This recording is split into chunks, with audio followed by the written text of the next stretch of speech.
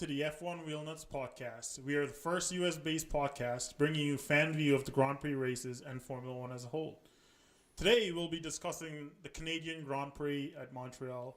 Before we get started, we all just want to apologize for missing the Monaco Grand Prix. We were extremely busy, and although we caught the race, we thought it was a little bit unremarkable. So, plus, we had a lot going on, so we didn't cover it.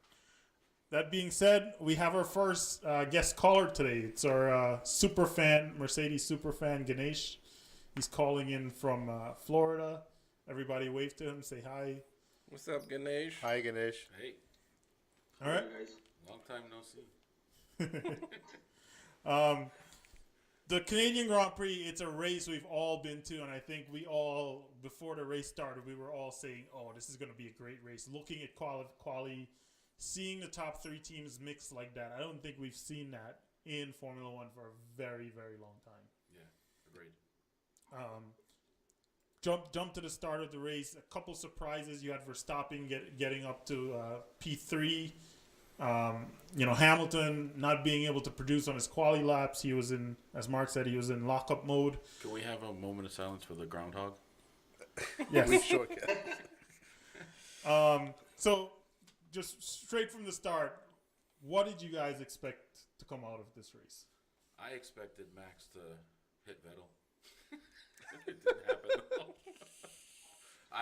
To be honest, though, I was shocked at how Bottas put his elbows out. I've never seen that from him before. Yeah, I was shocked, yes, but I welcomed it because it's time that Bottas recognize that he has one of the best cars on the grid and start using that as the tool that he needs to get him where he's going. Yeah, that's true. I kind of expected a little more from Mercedes during the race, but I guess that was lack thereof. That's a pretty good segue. Ganesh, from the start of the race, you saw Vettel putting 1.7 seconds within a matter of 2 laps between him and Bottas. What was your reaction to that as a Mercedes fan? I was surprised of that because as fast as Bottas was in quali, that was very shocking that he did that to him. I think if Lewis was there, it would have been a different story. I mean, Lewis was down in 5th, and he couldn't really do anything also. So He also had a power unit issue. Issue. That was sticking. Yeah. Today's the day we make all excuses on this show. No. Here, what's not an excuse is that his engine is 7 races old, and you guys are on an upgraded power unit, with upgrades. Is that down to Ferrari or is it down to Mercedes? That wasn't Ferrari's issue. That was Mercedes' issue. Okay. Right from the start, we see Seb angle his car towards Bottas. I think he had his intentions from the get-go. So did Max. Yeah, that's true. Mark, is that... I guess I'll put this to Ganesh. Ganesh, is that the 4-time world champion again, speaking, as opposed to, Bottas' experience, but he's also doesn't have that championship caliber type of season as yet? Yes, it's the 4-time world champion, bringing his experience to the grid, where Bottas don't have that full experience as yet. Yeah, and what we tend to miss as fans is the fact that these guys got 500 people behind them, figuring out stuff for them. So at some point, this would have been rehearsed. Vettel would have been. That was part of his strategy to aim that car to exactly in the kink of that corner, because that corner kinks away to the right and then it's a hard left. So if you really look at his positioning was aiming towards the inside corner of the left and not really trying to angle the car around on the right. He pointed the car the way he would have came out the straight. Came out the straight. Yeah. So. And then going into turn 1 now, you got Bottas right next to Verstappen. We covered this very briefly before, but which one of you guys was expecting Verstappen to hit him? All of us. Everybody Even was. the crowd. I don't even think the cameramen were ready for Stroll and Harley in the back. Yes. But Verstappen did drive a good race, and I know he had some issues with the, I guess, was the press. They were attacking him about him being The head crashes. So he did drive a good race in the end. He focused on delivering a clean race, I think, and I think that fourth corner was evident of that because typically you would see a little bit of scraping or touching there, Right. but he kept it clean. He avoided Bottas as much as Bottas avoided him. Bottas in this case was the aggressor, so Verstappen had to lay off. That's a good point, though. Do you think that this is Red Bull getting to Verstappen at this point? Any one of you guys? Do you think that? I think so. They had a talking with him because almost every race this season he's had an incident, and I think the team is just fed up of it now, and they're telling him he needs to calm down and drive. Well, I think Christian Horner said it best. He said if Verstappen keeps crashing, he'll send him to the composite factory in order to make his front wings now. Yeah, That was pretty funny. Then you had that massive accident. I think that one caught us all by surprise. Who do you think is to blame for that Stroll. one? Stroll. Well, his car got loose. No, he got a punctured from him. I don't think he knew that was Hartley. I don't think he knew that he was there. No, he didn't. He didn't know that he was there. No, But his car got loose. But you could see the car was loose and the car was drifting towards the left, towards Harley. And when he tried to correct it, that's when he lost it. Yeah. Mark, what's your take on that? I personally believe it was Bottas. However, Bottas? what am I saying? Sorry. See how biased he is against Mercedes? Bottas was nowhere in the picture. This is like Ericsson sneaking up on the drive. No, I believe it was Stroll. But in the end, what we have to remember is that they're racing out there. These are second decisions, and things happen. So I would chalk it up to just being a racing incident. However, if you have to lay blame and someone takes a little bit more of the responsibility, it would probably be Bottas. Again, I keep seeing Bottas in the Williams still. Okay. I feel that's where he belongs. All right. Yeah. Okay. Shots fired by Mark, sending Bottas back to the opposite end of the grid. Then we had that restart, and then you see Vettel again Take off. clocking 2 seconds on Bottas very, very quickly. Well, he caught him sleeping. I think this is where Vettel shows that he's a really, really good driver. He backed up the field just enough. He knew where the starting line was after the safety car, and then he went for it. This is the experience showing in Vettel. It sounds to me like you admire him a little bit. Yeah, Robert, ease up. I'm gonna bring you Yeah, Mark. one you of have these. another Yeah, hat please do. okay. Please for do. Robert Right. to start wearing. And then going further into that race, you saw the Red Bulls and Hamilton be the first to drop in and pit. I wasn't really surprised that the Red Bulls pitted, but Hamilton, I was a little bit taken back by It's the that. second race where they pitted him early. And I think he was surprised when they called him to pit that early because I didn't think he expected going that early. Yeah, he did ask, but I think they said that they called him in because of the issue with his engine, or Yeah, they wanted him to cool down the power unit.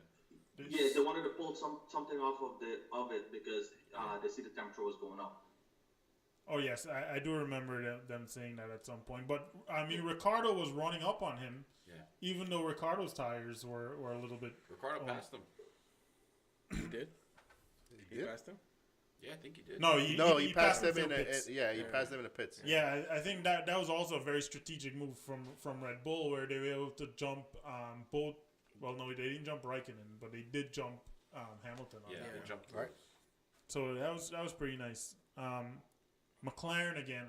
How can we go a day without completely lambasting? It's McLaren? Honda's fault, isn't it? It's Honda. GP2 engine. I thought it was the same engine Red Bull is using. Yeah, and that's the sad part. You have Red Bull using the same motor, and you have the Renault factory team using the same motor. And here you are looking at McLaren, again, the second most winningest team in Formula One, and can't deliver a good chassis to complement that motor that they have. So That's true. Fernando, I believe Fernando was running 10th at that point in the race when he retired. We all have it in our fantasy teams again. So I don't. Killing me. I don't. killing I would me. never. 22 I would points. never carry Fernando.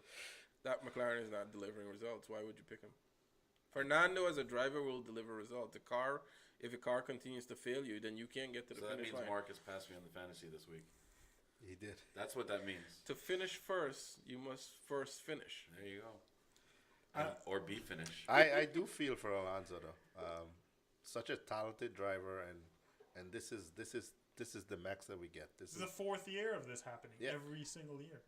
You know, we all talk. I respect Fernando, and I think he's an awesome talent. However, I still lay blame at Fernando because you continue to make wrong decisions, and this obviously is often a tangent here, but you continue to make wrong decisions. Right now, Fernando could have been winning the Canadian Grand Prix, right? Yep. Right, because he was in Yeah, that that's same true. seat that won the Canadian Grand Prix. Yeah, but that wasn't his choice to stay at Ferrari. Well, when you start beating on a team like Ferrari, then you're gonna see the exit. Yeah, but he did that when he was at McLaren. When it was Ron Dennis was there. He I did the agree. Same thing. That's why he let him go. I agree, and again, I lay blame at Fernando. That's I a think very, we agree right there. I think that's a very valid point because while this race was going on, I said to Mark, McLaren is not the McLaren they used to be. McLaren, when I think of McLaren, I think of the Ron Dennis-led silver cars. Mm-hmm. Very corporate. They're almost like the Mercedes is now. Very corporate, very structured. You know, if you wanted to drive for McLaren, you had to put your position there. You had to say, I have the ability to drive for McLaren. And now you have Zach Brown around in McLaren basically begging Fernando Alonso to drive for them. It's unacceptable. Yeah, because Ron Dennis would have never had his drivers switch to a different, sport to race when he was there. I agree. I think the problem here though is that the fact that Dennis ran a tight ship like that, and he was able to focus on one thing, and that was winning races. Now they're focused on building cars. They're focused on Indy. They're focused on Le Mans. They're focused on marketing with Zach Brown, and they're, all the business side of it. When McLaren was at their highest success rates in Formula One, they were a racing team. They were nothing else than a racing team. Okay, so that brings us to a good segue now. Looking at Fernando was 10th when he dropped out, and then I think he started 14th or 15th. 14th. Yeah. But then you have Van Doorn finishing the race in 16th. Clearly, Van Doorn doesn't have the car to produce on it, right? So if McLaren stays next year in this position, or if Fernando stays next year, do you guys, any one of you guys, see Van Doorn still being in McLaren, as sad as it may be? I think Van Doorn will be in F1. He just won't be driving McLaren. No, I can see him staying. I can see him staying in McLaren. I personally go ahead, Ganesh. I don't see why he wouldn't be staying in McLaren because this might be Alonso last year. To be honestly, because I don't think Alonso is going to come back with his team. Yeah, because if he goes out and he win this Le Mans race that he's doing, that I think he see his future somewhere else as of right now. If that happen. Yeah, that's a good point. I personally believe if he wants to stay in Formula One too, McLaren is the only place that's going to have Fernando right now and have him the way he is right now. So if he's staying in Formula One, he's staying in McLaren. If he's not, then you're probably right, Ganesh. He's going to probably make the jump to Le Mans. But to Chris's question initially about Van Doorn, I think we all look at these drivers, these young drivers come in and give them a year. But in a year, you can't really adjust to Formula One. And they've proven that over time that, it takes most drivers, it takes a little bit more than a year to adjust to Formula One. You see the likes of Lewis Hamilton come in and win races off the bat, and that's great. But Lewis is a different talent altogether. But then you look at these guys like Magnussen or Perez, and they jump to a big team, and they get shattered in 1 year, and it breaks their entire career. So I think if Van Doorn is let go, if McLaren lets go of Van Doorn in this season, they'll be wrecking his career as well as, the same way they did to Magnussen and Perez and Heikki Kovalainen. You can't give a guy 1 year in a top seat and expect him to just adjust like that. Champions like Lewis, they'll do it, but not everyone can do that. Yeah, I tend to agree with that. Moving on from that a little bit, we saw as the race progressed, we saw that Vettel staying out, Bottas staying out, Raikkonen staying out. So we had 3 long runners and 3 short pitters. Yeah. It almost seemed like the guys that pitted short were going for a 2-stop strategy. You heard Ferrari calling to Vettel say, "Okay, Plan B now. Plan B, very calm, very controlled." I think me as a Ferrari fan, I was looking for Kimi. Kimi was within that window. All he needed maybe 2 seconds more, and he could have jumped Hamilton. He could have I jumped thought he Ricardo. would have because Yeah, it was really close. I thought he would have. so I don't know what happened there. He It wasn't a slow pit No, stop, he it? was within the window to Yeah. jump. At least I think Hamilton, Yeah. but I think he had a slow in lap or something because or Hamilton up the pace on Kimi's in lap because suddenly he's when he's they out of the showed window. the exits, Yeah. Hamilton was clearly ahead of him, or Yeah, and then Kimi comes out. He's right behind Hamilton. 20 laps newer tires or something to that extent. Can't do anything about it. with arguably the fastest car on the track. But then at the same time, you saw Mercedes told Lewis to turn the engine up. So I think they were going. Honestly, I think they were going for the podium when they told him that. yeah, they kept telling him change engine modes, Yeah. full power, do whatever.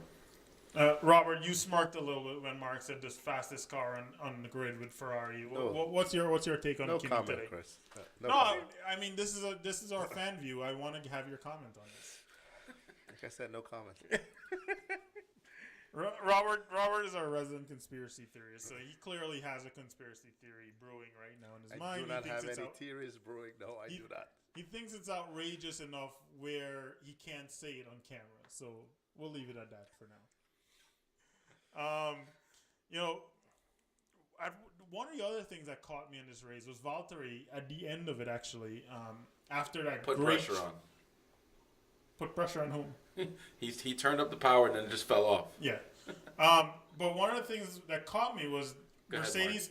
Mark's taking a sip of his. Valtteri Ferrari at cup. the end saying, "I was running out of fuel. I had to save, and that's why Max was catching me." Oh, I didn't hear that. Yeah, he said that in your interview. Ganesh, as a Mercedes fan, what is it telling you that Ferrari is beating the crap out of them, and then Mercedes saying, "Okay, I need to save fuel." So not only is their engine not fast enough, it's not efficient enough. What does that say to you as a Mercedes fan right now? What it says to me is Mercedes was using a 7-race engine when Ferrari have all the upgrades and their new engine. So it's the first race for this engine. And when they qualified, what was it, 1/10 of a second, not even, Vettel qualified in front of Bottas. So I don't think that the engines it's a problem. I think it's just that Mercedes didn't have their upgrades that they needed when everybody else did. So potentially, you still think Mercedes is the quicker engine if they were to have a newer motor in the car? Yes. Okay. So then we have a good championship on our hands then. And this is what I wanted to see. Well, don't forget in the next race they're bringing back those Mercedes tires. Oh yeah. Are we really going back? Are they bringing for the French Grand Prix? Yes. And British Grand Prix? Yes. Okay, perfect. Well, this as fans, that's what we want to see, right? We want to see competition. We want to see the ebb and flow of the season, right? So, this weekend is Ferrari. Hopefully, the rest of it is too. Hopefully, the rest of it is. We'll see. We'll see Lewis Hamilton come alive in the French Grand Prix. And you know how he loves new tracks. Any new track he goes to, he always wants to win. Okay. Lewis? Yes. I think that's a say for every driver, though. If you have the fastest car in the grid, it's easier to do that, though. So Vettel should have no problem then, right? Yeah, that's what I'm saying. Every race after this, we expect a Ferrari on the top Ganesh, step. Yes. what did you think of Vettel's drive today overall? Silence. I really can't say anything because he drove a good race, so he won the race. What else could you say? can say a lot of You things. could say, I mean, Oh, come on. It wasn't a great race. Was it exciting like you wanted it to be? No, it wasn't. was not. It wasn't. It wasn't. No, an I'm exciting asking race. Chris and well, Mark. I'm asking about Vettel's But, drive. but you're making it sound like he drove the wheels off the car. He didn't. He was driving at his own pace. They told him just finish the race. Mark, what's your take on it? They did tell him just. I agree, but that's 5 laps in. 5 laps to the end. I mean, what I think is driving the wheels off the car is 2 laps in and you're clear of the DRS zone, right? So that's dominant form. On a restart, 2 laps in and you're already out of the DRS zone. Now, he does have Bottas trailing him with a 7-race engine and everything else that you guys pointed out. But that is the Mercedes. That's the Mercedes that's been dominant on every power track for the last 3-4 years. So, even if it's a 7-race motor, I still expect it to be competitive and be. But it was forget the number 7. It's the end of its lifespan, the motor. Okay. It didn't look like that in qualifying, though. It was. From both Mercedes drivers. You guys just pointed out that it was within tenths of the Ferrari. That should have you guys scared for the next race. I am scared. I am very scared. However, I believe that we can find a way. We found a way so far. This is our 3rd win this year. I think it was the extra battery unit that we haven't found yet. I think Keep that's another one. There's been I think when you saw Vettel come out of the car today, this was Vettel essentially taking the 3 guys that went from Ferrari to Mercedes, taking their faces and rubbing them on the ground and saying, "Hey, complain as much as you want about this car. It is fast. I showed you how fast it was today." That in my opinion, when he held that Ferrari flag and he waved it back and forth, running around like a kid in a candy shop, that was Vettel saying, "Look at me. This car is still fast. Go ahead and complain about it." Yeah, as a Ferrari fan, I like to see that. I like to see the enthusiasm that comes with a Ferrari race win. Even though, we're not dominant, we're not winning every race, I like to see that enthusiasm when the race win does come. To the point of Vettel rubbing that into the engineer's face, yeah, I think that was his way of saying, keep complaining, keep doing what you want to do. We're still putting the car on the podium, we're still taking race wins. And that's important to me as a Ferrari fan. However, as you guys pointed out, we do have concerns. If you have a 7-race old motor and it's competitive still, then there is still that chance of Mercedes showing up at the next race, especially with those really nice Mercedes tires and being dominant. However, again, that makes for an exciting season. That's what we want as fans. What kind of tire are you talking about? The ones it's instead of Pirelli, it says Mercedes on the side. But let me ask you a question, Ganesha. Chris asked you earlier about what are your thoughts on Vettel's race today and the way he drove. To follow up on that is, what are your thoughts on Hamilton's race and the way he drove? He couldn't get the car, and maybe his head is not in it for this weekend, because I never seen him drive like this before. Especially in Canada, where he dominated that track. I think he's the 2nd most win on that track in Formula One, behind Michael. Yeah. So I agree with you. I personally think he didn't show up this weekend, and to say it in different words, but what I'm saying is that I watched the entire race, watched Hamilton struggle, and he was trying to push up on Ricciardo in the end. However, he was sliding all over. He was wrestling the car, so he did not have the car under him. Forget about the motor for a second. He just didn't have the car under him this weekend. Yeah. So he had a lackluster weekend. Vettel had an awesome weekend, and that's pointing back to a couple shows ago that we did. This is what Vettel needed to do in the earlier races. When Hamilton has an off weekend, you have to put everything together and make an awesome weekend. And by following, my lead, Vettel was able to take back the lead in the championship. You secretly send them messages? Okay. But as Chris had said in a couple podcasts ago, Lewis is gonna recharge. He's gonna go see his 2 friends, and he will be back for the French Grand Prix. Yeah. All right. Moving a little bit further down the grid, we saw Hulkenberg and Sainz coming up as best of the rest. They were 50 something seconds back, but I think as a Formula One fan, I was excited to see the Renaults getting up there. They're starting to rebuild that team now. The chassis isn't there yet. We obviously saw the engine can do it if the chassis side is there. So that was pretty nice. I like seeing that. Yeah. Yep. I'd like to see more of it because especially watching Red Bull showing that they can run with the top three. At one point in the race, the top three constructors were 30 seconds ahead of the next guys, and those guys were the Renaults. Yeah. So Renault has the same motor that the Red Bull has. They need to make that car competitive now. The other thing is Ocon finished behind the Renaults. He finished ninth. Yes. From my end, it's sort of that track is a signature power track, and yes, we know that Mercedes has this old engine that they're using, but still, that track is a full power track. I was kind of surprised to see Force India all the way down there. I expected them to beat the Renaults today. Again, old engines. All right, we're gonna talk about this when we get to the next Grand Prix. We're getting new motors for French Grand Prix, right? Hopefully, if they Okay. can fix the reliability issue they were having. That's our theme. And then Charles Leclerc, another great finish by this Yeah. kid. He's clearly, he's giving it all that he has in order to be a Ferrari driver very, very soon. Still don't think he's ready, Mark? So this brings me back to the Van Doorn point. You can't put these guys in one season and expect them to show up the same way that a championship driver is showing up. The likes of Ricardo, I'm going to use Ricardo as an example. Ricardo came and he sat in an HRT for a year and a half, or 2 years even, right? That was the tail end of the grid. That car had no competitive nature of it at all. And he sat in that car and he drove it. He beat his teammate.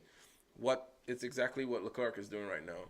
Then he was promoted up to the Red Bull team, actually to Rosso and then Red Bull. So he's put in his time. As a driver, he knows what he needs to deliver. And look at Ricardo. He's delivering stars right now to Red Bull. So I don't think Leclerc can be thrown into a Ferrari seat and expected to be performing at the same level of a 4-time world champion sitting in the next. But he's in one of the lowest rated teams, and he's race after race he's performing. I agree, and I think he is of great racing caliber. I just don't think it'll be fair to him. I think that throwing him into a Ferrari seat would set him up for failure. Okay. Well, that's the same thing happened to Massa. When he was racing against Michael, he could never win a race. And if they do that to him right now, Leclerc, it's gonna happen the same. It's gonna happen the same way. It will be Vettel dominating, and he won't be able to do anything. Just like how Vettel is dominating Kimi now, or? Well, to that same argument, Ganesh, and I'm glad you brought that up. Isn't that exactly what happened with Bottas sitting in the seat beside Hamilton right now? No, it's just Bottas is not performing. Mercedes never tell Bottas that he cannot, race Lewis. How do you say Bottas is not performing when he was getting ready to win the race in Baku and got a puncture and handed that win to Hamilton? Okay, the team gave him a puncture. No, they didn't. No, I agree, but that is not Bottas not performing though. Bottas didn't, run outside and stab his tire or something. No, but what I'm saying is, the team is not going to tell Bottas not to race Hamilton. They're there to race. But in the Ferrari culture, obviously they're going to help their number one driver every which way they can. So you're not, are you against team orders then? Or are you for team orders? I'm against team orders. So I want to see race. I'm a race fan. I'm here to watch a race. I'm not here to see one person dominate. I want to see a race. And I agree to some extent. I think though, when you call ahead, when you call your team at the pit wall and call ahead and say, have my teammates slow down so I can get past. We're not talking about Schumacher days now. Come on. No, Schumacher just did. The team just made him. What I'm saying is that I am for team orders. You're saying no, but your team and your favorite driver is doing the same thing. Yeah, but the team didn't do it. Did the team Yes, call? the No, team they called didn't. Bottas and had him exchange position with Hamilton, right? But then he gave it back. And no, I agree. But that's team orders. That's exactly what team on orders that same is. note, I'm gonna break this up a little bit. Ganesh, Yeah. on team orders, right? What was your thought of the Monaco Grand Prix when Toto Wolff basically told Esteban Ocon from another team, he drives for another team, if the Mercedes pull up behind you, you have to let him go. Where did you see that or heard that from? That came from Ocon's mouth, and it came from Toto Wolff's mouth. I think Toto was just telling him to respect the blue flag. He wasn't blue flag. He How was do you get racing blue Hamilton. flag when you're racing, though? He was racing Hamilton. It wasn't a blue flag situation. I'd like to hear Robert's thoughts on this. I do not know anything about this. So you didn't see in Monaco that Ocon pulled over? No, I didn't see it pulled over. I see Lewis passed it, but I see it pulled over. All right, forget it. Let's say that didn't happen, right? Let's say that didn't happen, right? What do you guys think will happen, though, in the rest of the grid if we as teams, or lead teams, or constructor teams, started doing that? What do you think will happen? And look at that, we're out of time. 30 minutes. Well, You know what? I'm going to table this one, and we're going to do a purple sector on it. Also, last thing before we go, what do you guys thought about they cut the race 2 laps short? So, Winnie Harlow flew the flag, right? Yeah. it's Lewis Hamilton's friend. Yeah, Hamilton's friend, by the way. That's a little Just so racist, you know. Chris. Just remember the FIA gave her the flag to wave. Well, that was what I was getting at. And technically, she wasn't the one waving the flag when it was early. Yeah. So No, who? No. look back at the replay. So what? So it what, wasn't official. So really? Oh, so really? Yes. so They gave her the flag at the end, and they put the camera on her to wave it for Vettel. But if you look back when it was a lap earlier, it was an official in a yellow shirt waving the flag. But she has an Instagram picture saying, "This is what happens when the official tells you to wave the flag too early." If you go back and look at the race, it was someone in a yellow waving the flag. We'll table this again. Yeah, Another purple sector? Yeah, Man, we got a lot of purple sectors coming. we up. gotta All catch right. up. With that being said, Ganesh, thank you very much for being on the podcast today. Hopefully, you're never on it again. What? We all enjoy this. If you liked what we said, make sure you subscribe, send us a comment, shoot us an email. Let's talk Formula One, guys. And if you don't like what we said, still send us a comment and hit like on below, even if you don't like us. And by the next podcast, the black sheets will go away. Yes. Yes, they will. Black background. We have background, not sheets. It's sheets. We don't have to lie. We don't have $1 million budget. We're not lying here. If you want to invest, sure, send us some new sheets. All right, guys. Thank you. Bye. Take care. We'll see you Bye. before the Bye. next race. Bye.